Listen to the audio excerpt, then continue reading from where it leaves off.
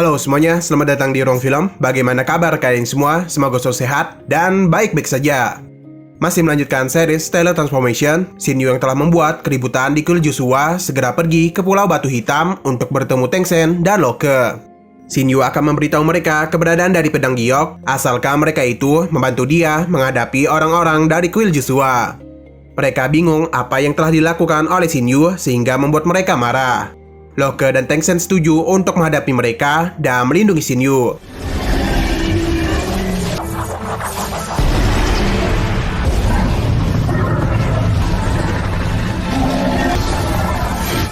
Dilong tidak menyangka mereka berdua sangat berani mengganggu dirinya dan bahkan membantu Shin Yu untuk melarikan diri.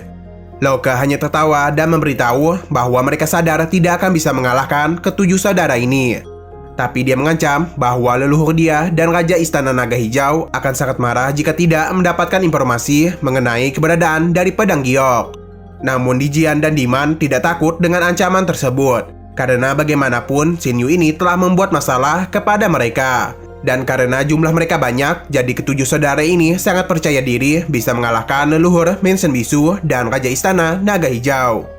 Karena Dilong masih menghormati San Yan dan Raja Istana Naga Hijau, jadi dia meminta mereka untuk segera pergi. Shin Yu pun tertawa mendengar perkataannya karena dia tidak menyangka naga iblis ungu yang terkenal akan menghabisi siapa saja yang mengganggu mereka, malah takut kepada Mensen Bisu dan Istana Naga Hijau. Dan memilih untuk tidak membalaskan dendam Di King padahal pembunuhnya berada tepat di hadapan mereka. Shin Yu pun terus mengejek mereka, yang mana dia pun berhasil membuat Diman marah dan memulai kembali pertarungan.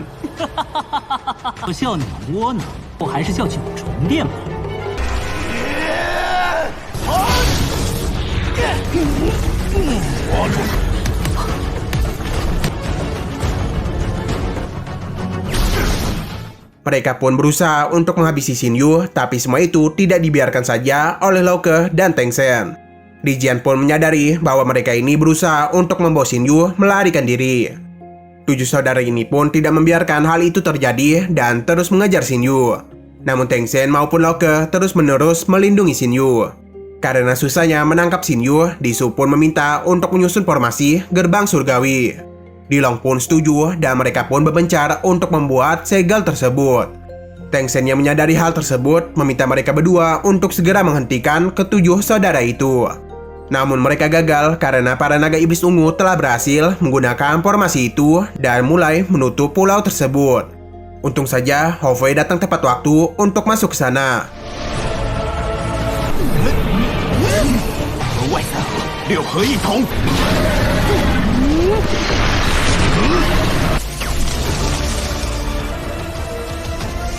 Kini tidak akan ada lagi jalan keluar untuk Shin Yu, Teng Sen, dan Locke. Dilong memberitahu setelah mereka membuat formasi ini tidak ada yang bisa menghancurkannya. Dia pun penasaran berapa lama Shin Yu akan bertahan, karena dia itu sudah terlalu banyak menggunakan kekuatannya di saat melawan mereka. Dia pun sangat senang karena telah berhasil mengurung Shin Yu. Shin Yu memberitahu untuk tidak senang dulu, dan di saat itu juga Hou Fei pun muncul dan langsung menyerang salah satu saudara mereka dan mengubahnya menjadi Nation Soul.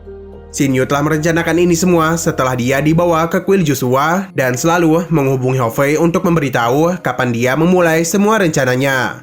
Hou Fei pun akhirnya bisa melepaskan semua amarahnya ini. Hou Fei mengancam akan menghancurkan Nation Soul jika mereka tidak membuka formasi ini dan melepaskan Shin Yu. Diluan yang mencoba melarikan diri tidak dibiarkan oleh Hou Fei dan dia pun langsung menghabisinya. Melihat hal tersebut membuat Dilong sangat marah karena harus kembali kehilangan saudaranya. Mereka pun segera melakukan penyerangan kepada Hou Fei.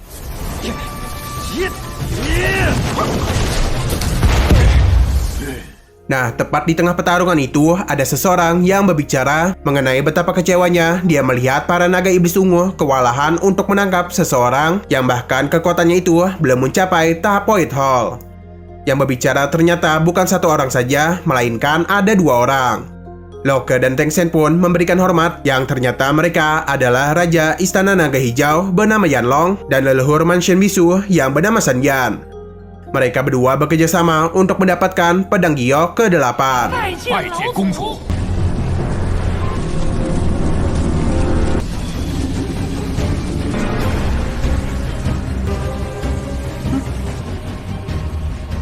Yanlong tahu bahwa Hou Fei ini adalah binatang ilahi. Dia pun meminta Feng Shen dan Locke untuk mundur, karena sekarang mereka lah yang akan turun tangan.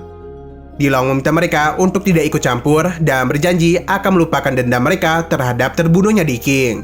Namun San Yan tidak peduli akan hal tersebut karena kedatangan dia kemari untuk mendapatkan pedang giok. Dia juga mengejek mereka dan memberitahu bahwa Kuil Joshua hanya beruntung bisa menjadi salah satu dari 3 kekuatan utama di bawah laut. Mendengar hal itu membuat Diman kesal dan berjanji akan menghabisinya. Mendengar ancaman itu membuat San Yan marah dan langsung menyerang mereka hingga membuat formasi surgawi hancur.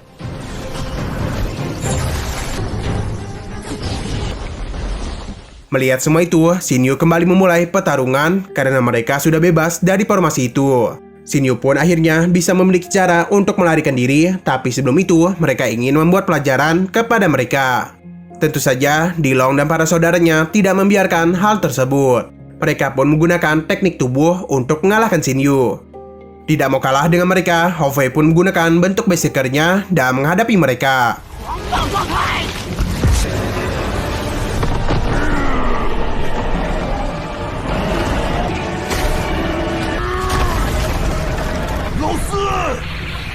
Yanlong dan San Yan yang melihat hal itu merasa khawatir dan tidak ingin Hou Fei terus berkembang dan akan menyusahkan mereka di masa depan. Yanlong dan San Yan pun segera menyerangnya dan memberitahu bahwa mereka akan membiarkan Xin Yu hidup tapi tidak untuk Hou Fei. Nah, Hou Fei pun menjadi marah yang mana kita tahu dia tidak akan bisa menggunakan tongkat hitamnya di saat dia tidak bisa mengendalikan amarahnya. Dia pun menyerang Xin Yu dan memberitahu bahwa dia sudah kehilangan kendali.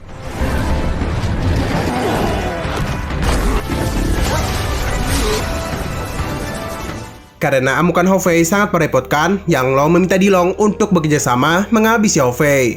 Dan sebagai imbalannya, mereka akan memberikan nyawa Xin Yu dan untuk keberadaan pedang giok, mereka akan membaginya. Xin Yu mencoba untuk mengendalikan Hou Fei, namun hal itu tidak berhasil. Xin Yu kembali mengingat perkataan dari gurunya dan dia pun berjanji akan melindungi Hou Fei apapun yang terjadi. Dia pun bertarung dengan para iblis naga ungu, sedangkan Hou Fei berhadapan dengan Yanlong dan San Yan.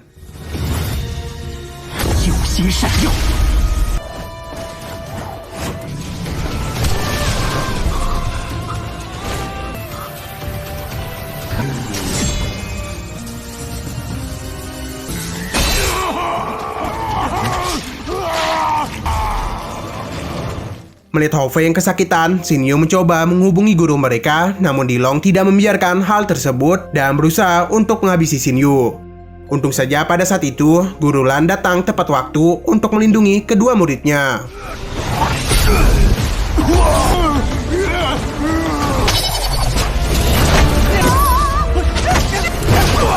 Yanlong menyadari bahwa di hadapan mereka ada seorang immortal yang telah melewati 4 kesengsaraan dan dia itu bukanlah lawan yang bisa mereka hadapi.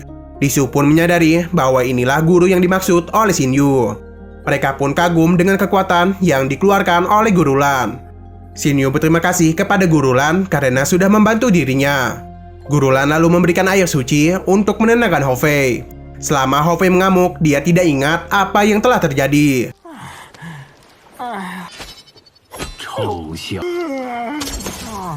Guru Lan berbicara kepada mereka semua apa yang harus dia lakukan karena mereka telah berani menyerang muridnya dan bahkan hampir menghabisinya. Yanlong yang panik memberitahu mereka hanya ingin membantu Xin Yu dan Hou Fei dari serangan Kuil Joshua.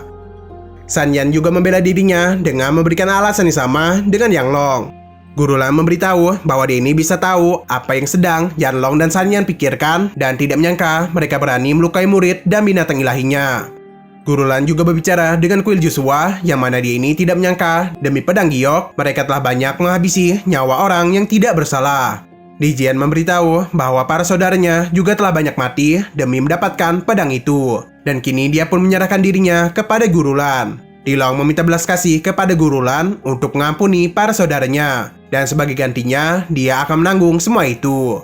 Xin Yu kesal dengan perkataannya itu karena setelah kematian Ditong, mereka melakukan penyerangan kepada Istana Gua Darah dan menghabisi banyak orang yang tidak bersalah. Xin Yu memberitahu bahwa dialah yang telah menghabisi Ditong dan mengambil pedang giok. Dan kematian dari para saudaranya adalah sebuah harga yang harus mereka bayar untuk menebus dosa yang telah mereka lakukan selama ini. Guru Lan membebaskan mereka, tapi dia berjanji tidak akan memaafkan mereka jika kembali melakukan kejahatan. Mereka pun berterima kasih atas pengampuan Guru Lan, dan sebagai gantinya, masing-masing dari mereka ini memberikan mention kepada Shin Yu, yang mana letaknya masing-masing berada di area kekuasaan mereka. Shin Yu berterima kasih karena semua ini bisa diselesaikan berkat gurunya. Guru Lan lalu membawa Shin Yu untuk pergi dari tempat itu.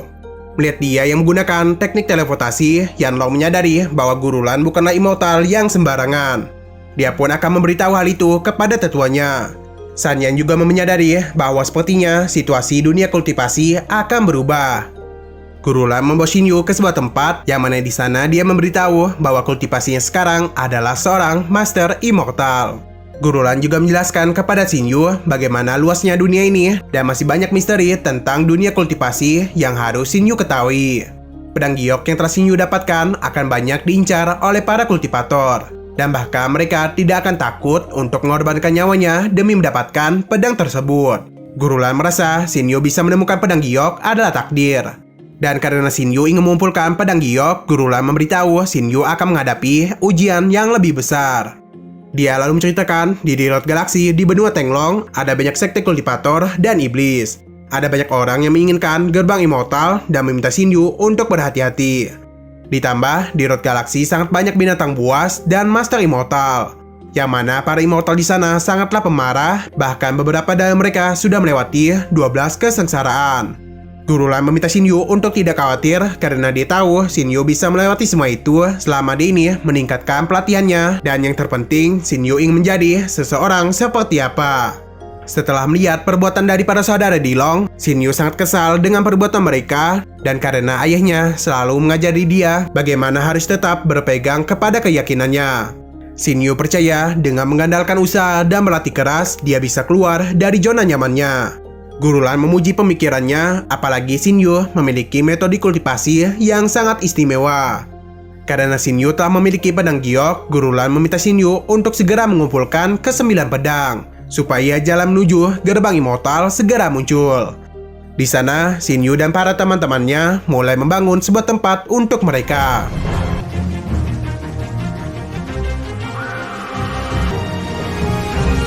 Guru Lan memberitahu bahwa jalan yang akan ditempuh oleh Shin Yu akan sulit. Jadi dia meminta Shin Yu untuk memiliki tekad yang kuat di dalam hatinya, supaya Shin Yu bisa menjadi kultivator sejati dan bepergian ke alam semesta. Sebagai hadiah, Guru Lan memberikan formasi bintang langit kepada Shin Yu, yang mana formasi ini tidak hanya mengumpulkan aura langit dan bumi, tapi juga akan sangat kuat untuk melindungi tempat ini dari serangan orang luar. Shin Yu pun memberikan nama kepada tempat ini yang adalah Papilion Bintang. Karena mereka sudah memiliki wilayah tersendiri, jadi Hao Fei memanfaatkan hal itu untuk mengajak orang-orang yang dia kenal. Wanita bernama Yan Rui memiliki kekuatan yang berada di tahap akhir Void Hall.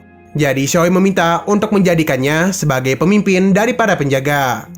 Untuk posisi pengurus Papilion akan Shin Yu serahkan kepada Zhuangzong. Hao Fei sangat kesal karena dia tidak puas dengan posisinya sebagai Master Papilion kedua.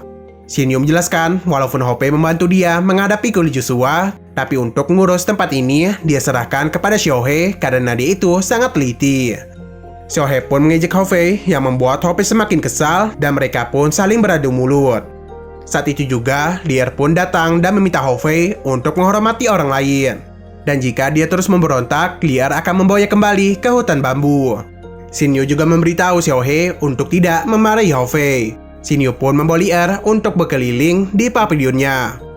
Yang ternyata Mimin baru sadar bahwa papilion ini sama dengan tempat yang mana Shin Yu diasingkan semasa kecil. Dia membawa Lier ke tempat yang sering dia kunjungi semasa kecil.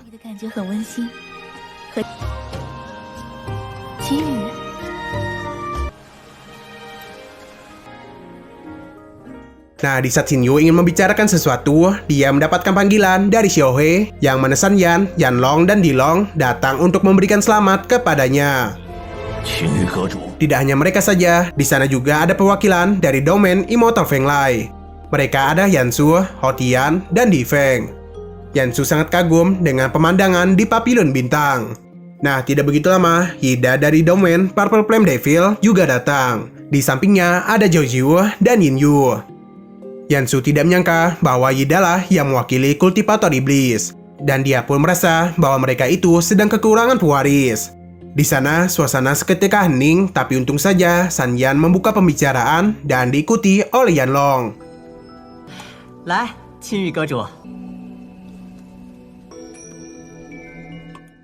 Yang mana dia itu sedang memberikan permainan kepada Xinyu mengenai mengapa Hida disebut sebagai Raja Penjara Rambut Ungu.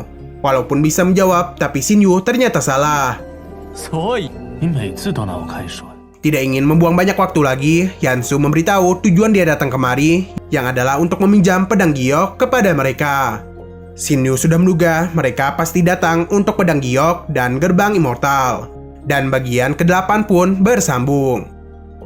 Oke, sekian dulu pada video kali ini. Untuk video selanjutnya masih membahas series ini. Jadi bagi kalian yang ingin mengikuti series ini, langsung klik subscribe dan aktifkan loncengnya. Oke, terima kasih yang sudah menonton video sampai habis. Jika kalian suka pada video ini, klik like dan share ke teman-teman kalian tentang channel ini. Dan ditunggu aja kelanjutannya. Oke, sampai jumpa di video selanjutnya.